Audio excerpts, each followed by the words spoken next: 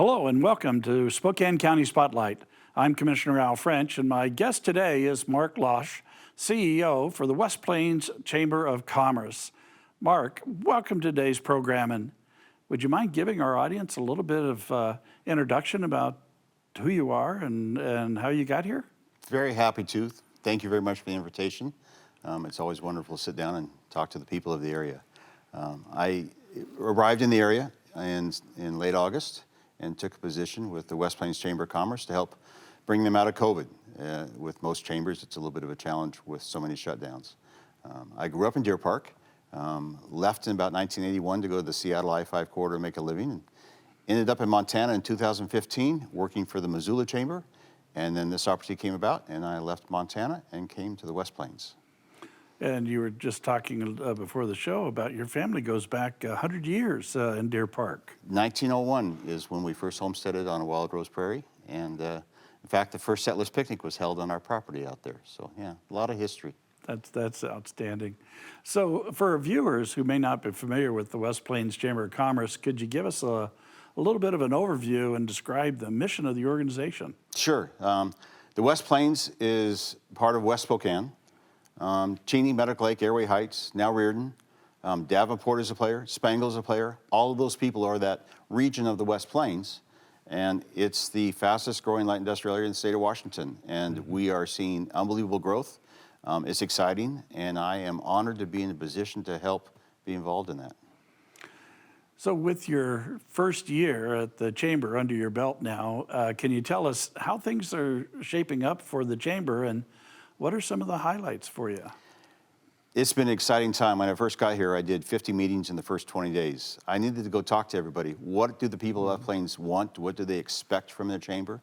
I learned a lot of history, and I really discovered that the West Plains was missing a centralized location of information that people from all the communities could go to find out what's going on in the West Plains. So one of the highlights of our first 6 months here is we were able to put an entire new operating system on the back end and an entire new website on the front end, which launched in February.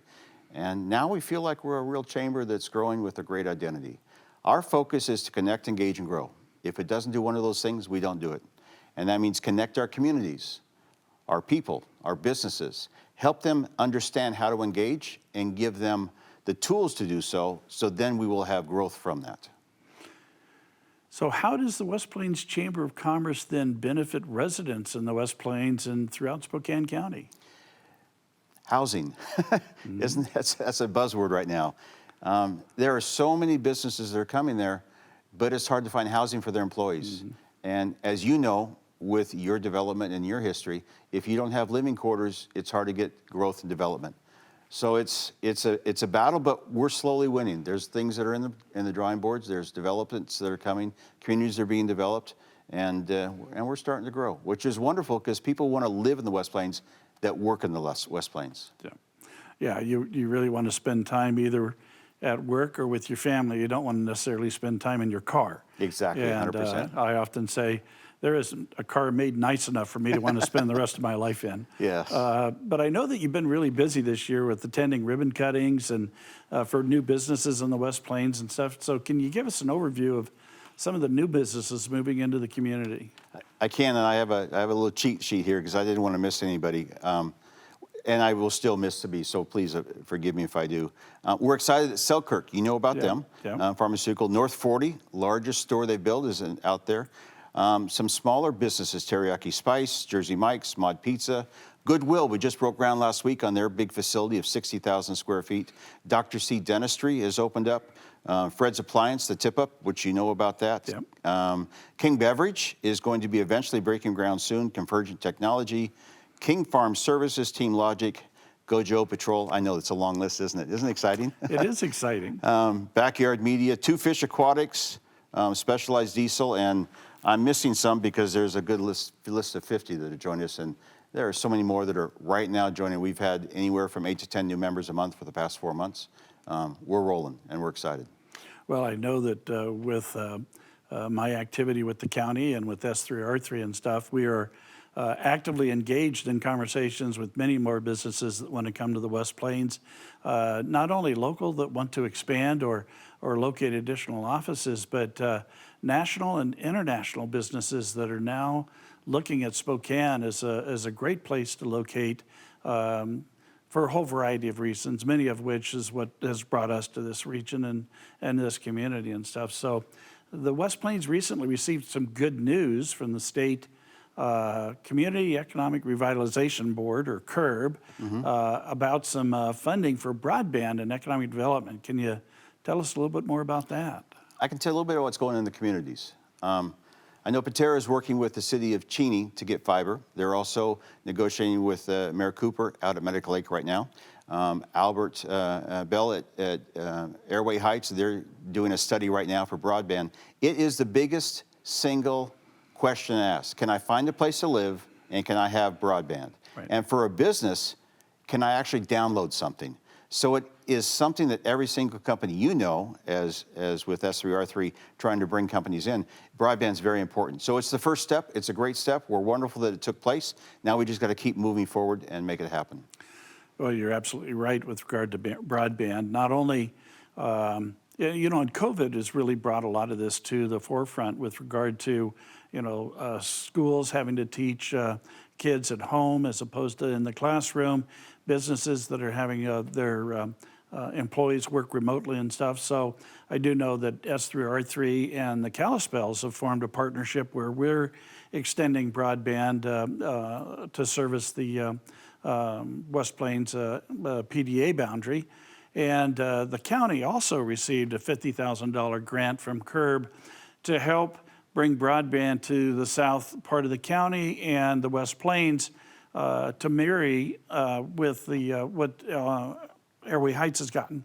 So, and the reason why this study work is important is because we understand that there's about $50 million that's on the table for Spokane County, but we have to go through these preliminary planning stages to be able to be eligible for this big money that would help provide hardwire broadband to every part of the county and stuff. So we got to take these steps to be able to qualify and be eligible for the big money, which is that $50 million price tag and stuff. So that's one of the confusing things. A lot of people think the money is just someone writes a check and it goes someplace, but there are so many hoops and hurdles with any time of federal funding, as you well know. So we're moving in the right direction, and we're excited the county has stepped in to help. Yeah, with all of the conversations about ARP, and people like to think that ARP funds are like CARES funds, where the county could just say, yes, we're going to fund this, take a vote, and cut a check. No, with ARP, it is the definition of red tape, and the bureaucracy associated with trying to get that money out in the community is huge. And so we actually had to hire an outside consultant that specializes in bureaucracy to get us through this. So it's, but the reward is there if we can go after it and stuff. So last month I had the opportunity to attend SkyFest.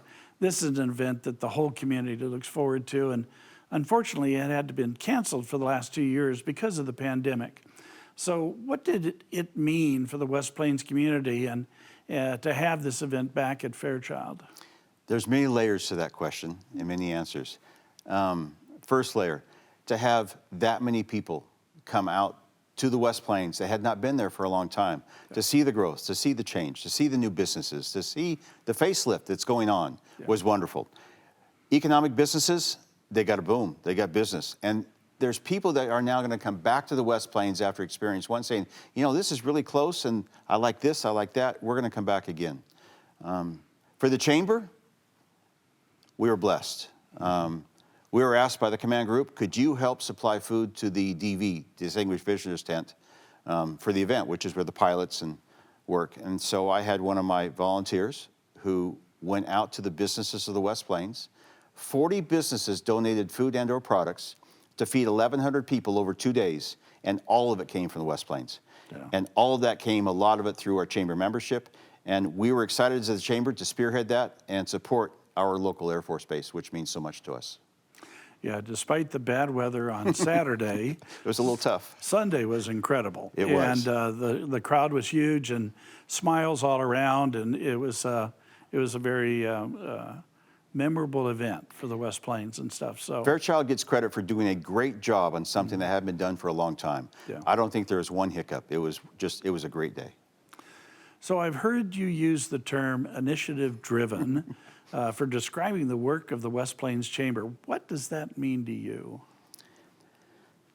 The West Plains Chamber has been an event-driven chamber, which means they have events, which are great. You can network, you can connect. But when you have a pandemic hit, those go away. And what do you have besides that? It's tough. Initiative-driven is stepping into challenges or issues or things that need to be looked at, solved, or talked about in your community. An example, I want to build a house, or I want to build a deck, or I want to do a garage. The permitting process, how does that affect the builder pre-permit and post-permit if the permit takes 4 months longer than it should? I'm walking right down your alley here, I know that. You bet, yeah. So I know that Airway Heights recognizes that, and they're beginning to do a study, and they've asked the chamber to be involved to be able to get input from our members who deal with permitting. How could this look different? What could we do better? What could we do different? That's an example of initiative-driven. Or being on the transportation, West Plains Transportation Program, or working with the 2 tribes police departments in Airway Heights on a new safety coalition to how can we create a better energy and communication between the officers and the public. Those are initiative-driven events. Those are things that we're jumping into. The issue with regard to permitting is one that's near and dear to my heart. As an architect and real estate developer in my private practice, I know that when you try and get a project permitted, if things go well, it might take a couple weeks. If things don't go well, it could take you a year and a half. And in fact, when we were working with Amazon to bring them here, they were expecting the same kind of service that they'd gotten over on the other side of the state, where it would take a year and a half to 2 years to get a project permitted, and we had them permitted in 5 months. And because of that, we've got a lot more Amazon buildings going up, which means a lot more jobs for our community, and that drives other interest into the area and stuff. So process can kill you, or it can be your friend, and you just got to make sure you're doing it right. And it also really affects the housing price. If I'm a builder Yeah. that's doing a spec home for someone and we price it all out and I'm 6 months behind, everything changed. Yeah. And that's tough on the whole housing market. Well, and especially since a lot of our construction happens on a seasonal basis. You know, we try to avoid doing a lot of outdoor construction during the winter months because you got to deal with snow and cold and ice and everything else. So the more of that kind of stuff you can get done in spring, summer, or fall, you know, that's dollars saved for the builder, and that can be used in other ways in the community. So, from your perspective, what's the environment for manufacturing companies in the West Plains? Imagine an area with about 3,500 acres of commercial real estate, 2 major highways, international airport, railhead, soon to be a Transrail center, Yes. an Air Force base, 3 communities, a major university. Who would not want to be here? Yeah. This is a diamond in the rough that's slowly being exposed, and businesses are seeing it. If you drive out to the West Plains now and you see all the dirt moving, folks, that's a fraction. Most of it's in paper still. Come out next year and see what it looks like. Yeah. Well, you know, and you touched on one thing that I don't think a lot of people really realize is that within a little over an hour's drive of Spokane, there are 72,000 undergraduate college students. You know, that is a workforce, that pool of potential workforce individuals that can help power your company. And so that's an incredible asset. And well, it's our future and our retirement too. So what are you hearing from the membership about the current state of the real estate in our community? Everything's too expensive. But that's what happens when you have a growth like we've had recently. Yeah. The main question is when can we get some housing going? When can some developments get going? Right. And you know that you've done this. From the time I decided I want to take this piece of dirt and put houses on it, the amount of work to go through before you even turn a shovel can take 2 or 3 years. Yeah. So by the time we had a housing crisis hit us, it was impossible to catch up.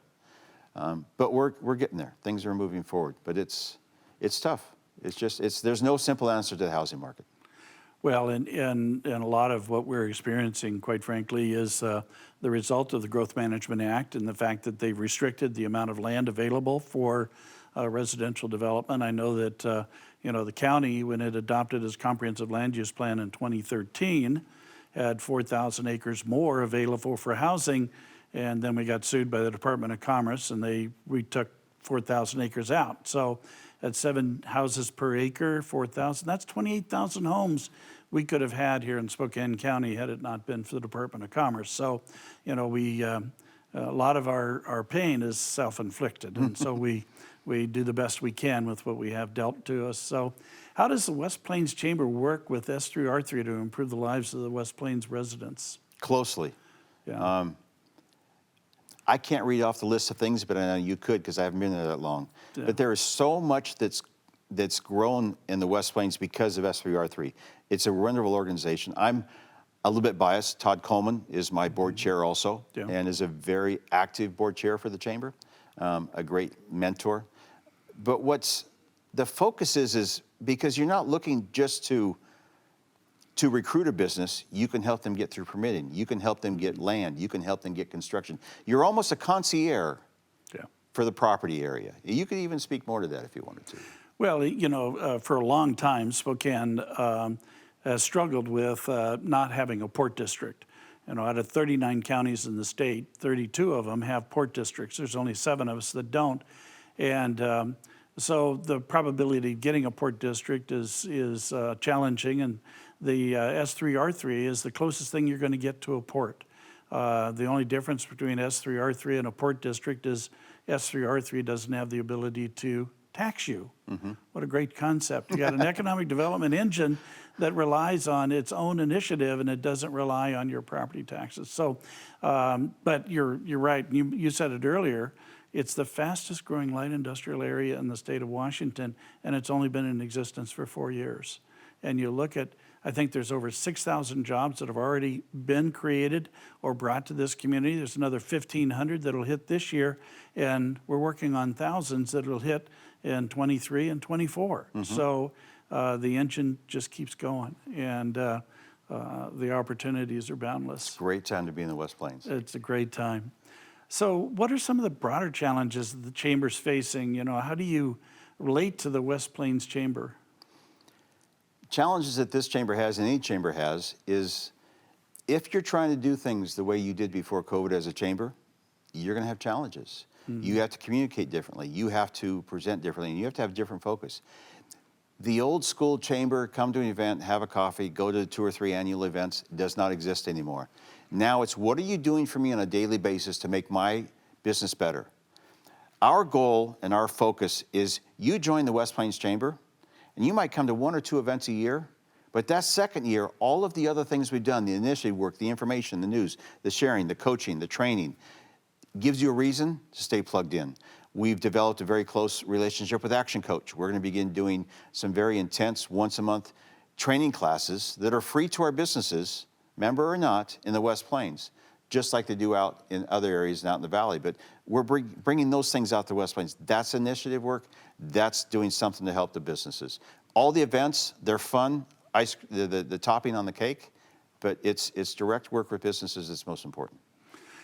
Well, and the bottom line is you got to be able to get the customer in the front door. And if you can't get the customer in the door, there's never going to be a sale. And without the sales, you don't stay in business and stuff. So, for a long time, chambers used to be the cheerleaders of the business community. But now they not only are advocates for the business community, but they're also, like you said, the support system. How do you improve your accounting system? How can you improve your point of sale system? How can you broaden your marketing reach? I mean, all of these things are resources that they can get through the chamber.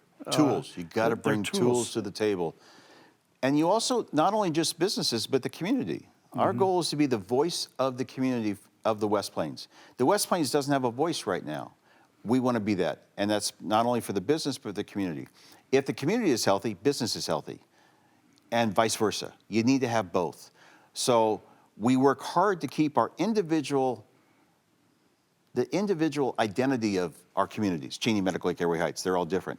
But collectively, they need to work together and talk so as together the tide rises. It can't be individual. And that's beginning to happen now, and it's very exciting. Well, and you've used a number of times the word community because it is not just business.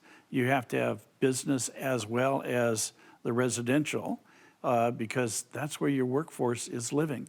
And they're spending more time in their home with their families than they're spending on the job. So you got to make sure that you've got that balance there that will make that work experience in the West Plains a pleasurable experience, and they'll stay there. And that includes fire, that includes safety, that includes police, all those things. We're looking at all of that, not just how you keep your doors open as a business. How do you make the community a safer place to live, to work and play? Well, and to that point, last week I had a town hall meeting, and we were talking to the folks in the West Terrace area about, how do we bring the other elements to make a good, livable neighborhood? How do you bring grocery stores? How do you bring regional parks? How do you improve the transportation system? All of those things go into that quality of life that we define and we aspire to here in this community for so long. So with all the focus on economic growth in the region, what are your thoughts on how we maintain quality of life in our region? I mean, are there things that I miss that we ought to be focusing on? That's a really broad statement and know. question.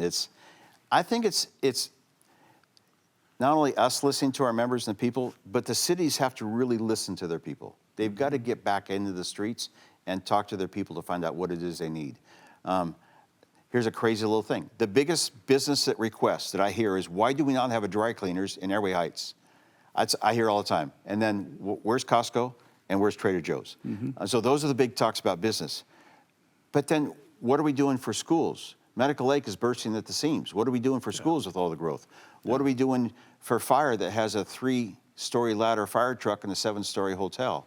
Those types of things they're aware of, and those are the things we're working on. And as those get fixed, then it makes it a better community to live in.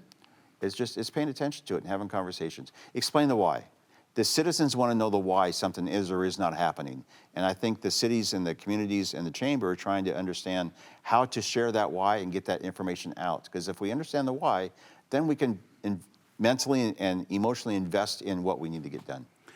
Well, and the other thing that is critical is you need to have good partnerships with your governmental entities. And, you've got, and you've alluded to it, you've got City of Airway Heights, Medical Lake, and Cheney that all have leadership that is very pro-growth and understands how to be a partner with not only the business community, but also the residential community so that we can all be invested into creating a livable community for all of us and stuff. So, that kind of leadership is critical to being able to be successful in what you do. So, I think we have great leadership in the Plains right now. Yeah. So reflecting back on the last year, what have been some of the biggest challenges and the most rewarding parts of your job? Biggest challenges was coming in with a website that just was not very effective. It broke, really. And that's no one's fault. It just needed to be done. So we're very proud that it had no effect on our community, but getting an entire new back-end operating system, new website up. The other thing we're very proud about is that our businesses fought to keep the chamber alive. Before I got here, they fought to keep the chamber alive. They invested. They understood the value of not losing that chamber, and now we're seeing the rewards of that. The engagement has never been higher. The growth has never been faster. Investors are coming in, not just membership at certain levels, but investors are coming in now to help us get over that next hump. I think the most rewarding part was all the meetings. I just got to talk to so many people and learn so much, and there's a passion for the West Plains. I mean, a true passion for the West Plains. And the biggest thing he said is we need someone to be the voice of the West Plains. Spokane, downtown, the valley, all of that's there. But there hasn't been a single voice of the West Plains. Right. And that's kind of my passion right now. The other one, Airway Heights has a new North 40 store. Largest retail store they've ever built, despite the size of Airway Heights. Because for 100 miles west and 80 miles south, ranchers and farmers come and spend money there. Ranchers and farmers spend money in Airway Heights, Cheney, Medical Lake. The ranching and farming community is another passion, and my goal is to create a relationship and a connection and help celebrate our ranchers and farmers of the area.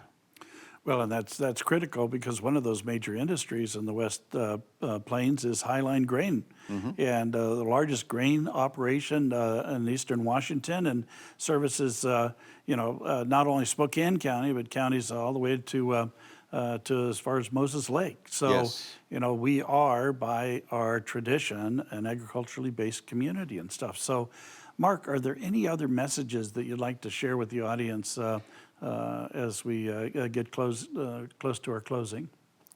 Connect, engage, and grow. If you don't know who we are, reach out. I'd love to have a cup of coffee, tell you our story, tell you our vision, our mission. If you see something we could do better, tell us.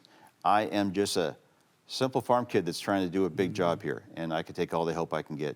If you'd like to invest in the chamber, you can sure find us at westplainschamber.org is our website, and take a look at it. If you have events in your community that you want to have on our calendar, anybody can post them. We are trying to be a collaborative, community, centralized location information source that helps businesses grow. I know that at one time I was criticized because I was constantly, cheerleading, if you will, about all of the great things that we have in Spokane County and specifically in the West Plains and stuff. And so I didn't take offense to that. I said, you're darn right, because if you aren't proud of what you're doing, if you aren't proud of where you live and what the opportunities are, then maybe you ought to do something else somewhere else and stuff. So I really look forward to having another cheerleader with me. Thank you. Because in the short time you've been here, you've been a strong advocate for the West Plains and the business community, and we're lucky to have you. Thank you, I appreciate that. Yeah, so Mark, I've enjoyed our conversation, and I think our viewers have too, but I'm afraid we've run out of time. So I'd like to thank my guest, Mark Losh, CEO for the West Plains Chamber. As a reminder, a video of today's Spotlight can be accessed on our Spokane County homepage and on our Spokane County YouTube channel. I'm County Commissioner Al French. Thank you for joining us today on the Spokane County Spotlight.